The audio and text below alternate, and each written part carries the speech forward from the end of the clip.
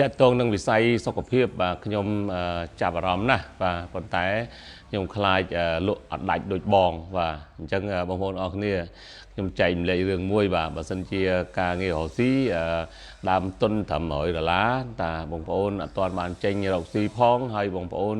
ខ្លាចចេះខ្លាចចោះបាទបងប្អូនតាមពិតទៅបាទយើងគួរតែសាក់លបងពីព្រោះអីបងប្អូនចំណាយអស់$100ជាងបន្តិចមែនប៉ុន្តែ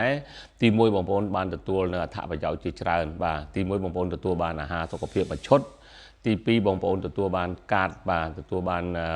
license អន្តរជាតិបាទបងប្អូនអាចមានឱកាសរកប្រាក់ចំណូលក្រៅម៉ោងបន្ថែមបានបងប្អូនមានអាជីវកម្មក្នុងដៃផ្ទាល់ខ្លួនបងប្អូនមានក្រុមហ៊ុនអន្តរជាតិមួយបងប្អូនមានការគ្រប់គ្រងពី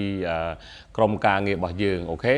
អញ្ចឹងបើសិនជាបងប្អូនចាប់អារម្មណ៍បាទកុំរុញរាបាទបើសិនជាបងប្អូន